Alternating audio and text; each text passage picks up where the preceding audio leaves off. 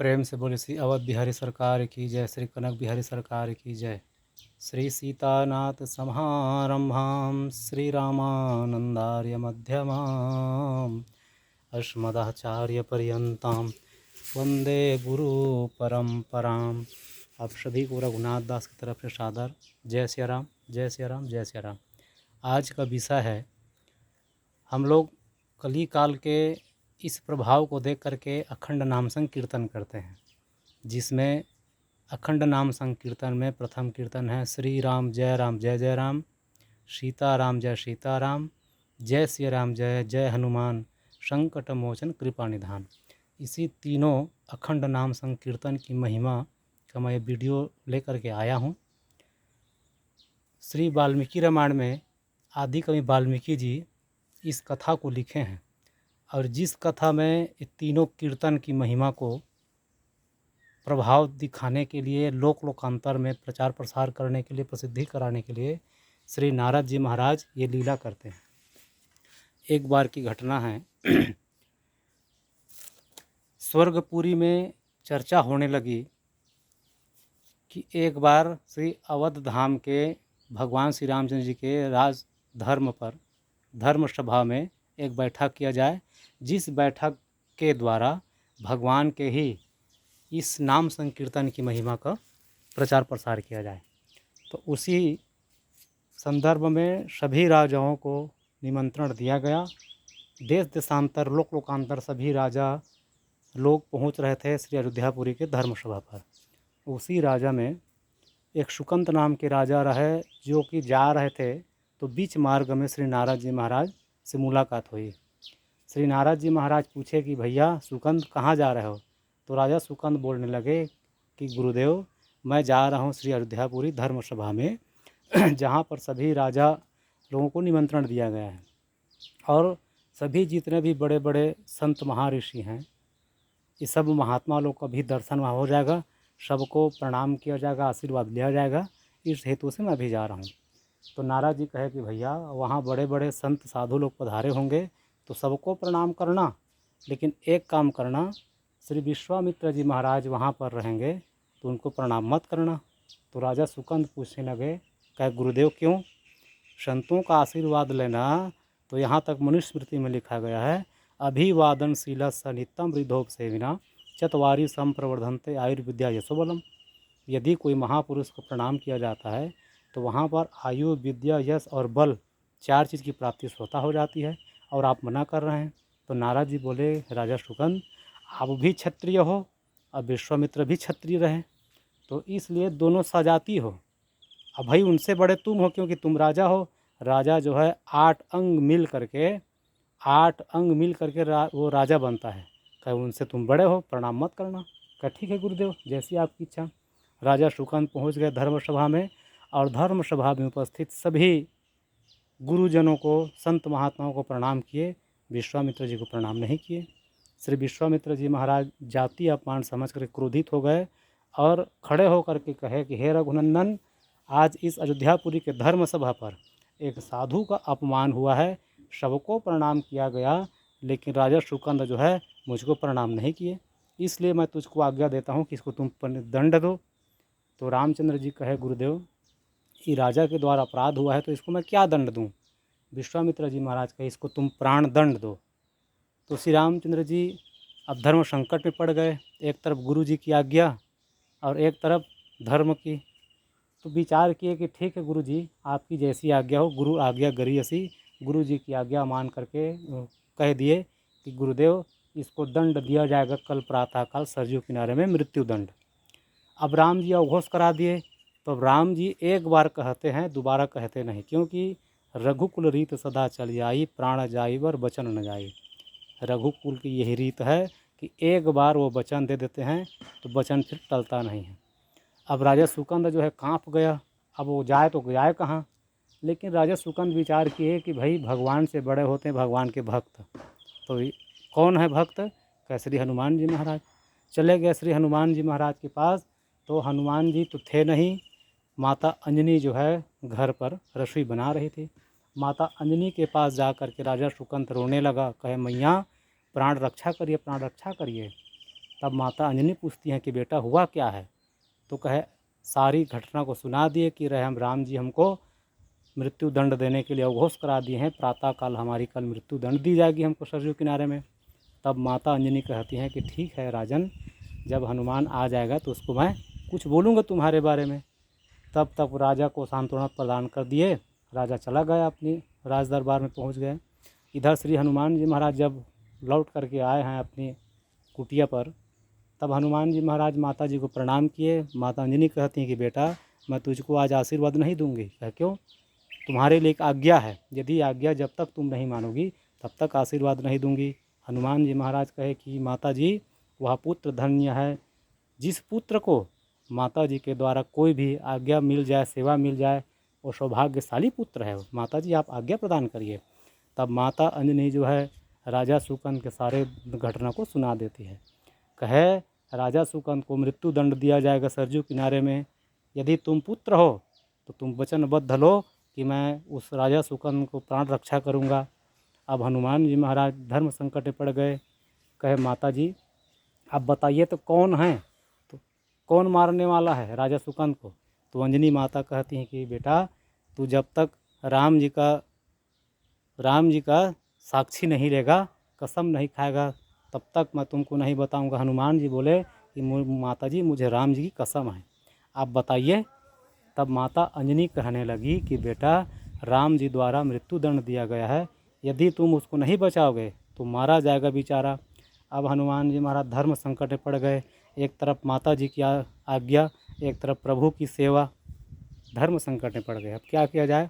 हनुमान जी महाराज विचार के ठीक है माता जी, मैं प्राण रक्षा के लिए तत्पर तैयार हूँ, अब मैं रक्षा करूँगा। प्रातःकाल पहुँच गए श्री हनुमान जी महाराज राजा सुकंद के पास। राजा सुकंद को कहे कि राजन एक काम करना, राम जी आएंगे, तुमको दिव्य अस्त्र लेकर के आएंगे और तुमको मारेंगे वो, तो उस समय क्या करना, तुमको मैं एक मंत्र बताता हूँ। श्री हनुमान जी महाराज मंत्र दे दिए, श्री राम जय राम जय जय राम, श्री राम जय राम जय जय राम, श्री राम जय राम जय जय राम, श्री राम जय राम जय जय राम। इसी मंत्र का तुम जाप करो।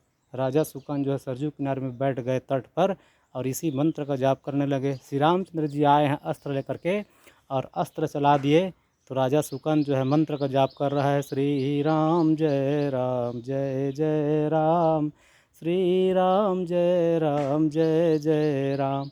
जैसे ही राम जी बाण चलाए हैं तो बाण जो है निष्फल होकर के आ गए, राम जी के तरकस पर प्रवेश कर गए। राम जी देख करके आश्चर्यचकित हो गए कि भैया हमारे इस दिव्य अस्त्र का कहीं तोड़ नहीं है, तो इसके पास ऐसी क्या दिव्य शक्ति है जो कि इसको कोई भी चोट नहीं लगा। वापिस आ गया बिना चोट पहुंचाए और तरकस पे आकर के प्रवेश कर गया। राम जी विचार करने लगे, वापिस आ गए अपने राजमहल में। राजमहल में आए विश्वामित्र जी पूछे कि बेटा मार दिए? राम जी कहे नहीं गुरुदेव, उसके पास पता नहीं कौन सी ऐसी दिव्य शक्ति है जो कि बाण जो है निष्फल हो गया। तो कहे अब क्या करोगे? राम जी कहे इस बार मैं जाऊंगा शक्ति बाण लेकर के। शक्ति बाण लेकर के चलने लगे। हनुमान जी महाराज राजा शुकन को कहे कि राजा शुकन इस बार राम जी आएंगे शक्ति बाण लेकर के, तो तुम किस मंत्र का जाप करना? शक्ति मंत्र का जाप करना। सीताराम जय सीताराम, सीताराम जय सीताराम, सीताराम जय सीताराम, सीताराम जय सीताराम। इसी शक्ति मंत्र का तुम जाप करो। राजा सुकन जो है शक्ति मंत्र का जाप करना शुरू कर दिए। राम जी आए शक्ति बाण लेकर के और जैसे ही बाण महाराज चलाए राजा सुकन के ऊपर में, शक्ति मंत्र को सुनते ही वो शक्ति बाण जो है निष्फल होकर के राम जी के तरकस पर फिर आके प्रवेश कर गया। राम जी फिर आश्चर्यचकित हो गए कि भैया हो क्या रहा है, ऐसी इसके पास क्या शक्ति है जो कि शक्ति मंत्र भी निष्फल होकर के लौट गया। और ये शक्ति मंत्र है क्योंकि राम जी ब्रह्म हैं और जानकी जी शक्ति हैं, तो राम जी का मंत्र है इसमें और सीता जी का मंत्र है, तो सीताराम जय सीताराम, सीताराम जय सीताराम, यह शक्ति मंत्र है। ये शक्ति मंत्र भी प्रभाव कुछ नहीं कर पाया, शक्ति बाण जो है निष्फल हो गया। अब श्री रामचंद्र जी आश्चर्यचकित होकर के फिर आ गए राज दरबार पर और धर्म सभा पर विश्वामित्र जी महाराज पूछे, क्या हुआ रघुनंदन? राम जी कहे, प्रभु पता नहीं उस राजा सुकंद के पास ऐसी कौन सी दिव्य शक्ति है जो कि हर बार जो है निष्फल हो जाता है, तो क्या किया जाए? तो कहे, गुरुदेव इस बार मैं अंतिम अमोघ बाण ले जाऊंगा, अमोघ बाण चलाऊंगा जिसका कोई तोड़ नहीं है इस पूरे ब्रह्मांड में। हनुमान जी महाराज कहे कि भैया सुकंद एक काम करो, अब अमोघ बाण लेकर के राम जी आएंगे तो इसका तोड़ क्या है? जिसमें भगवान का भी नाम हो, शक्ति का भी नाम हो, और राम जी से बड़ा राम का दास माने दास का नाम हो। तो कौन सा मंत्र जाप दिए? जय सिया राम जय जय हनुमान जी, संकट मोचन कृपा निधान जी। जय सिया राम जय जय हनुमान जी, संकट मोचन कृपा निधान जी।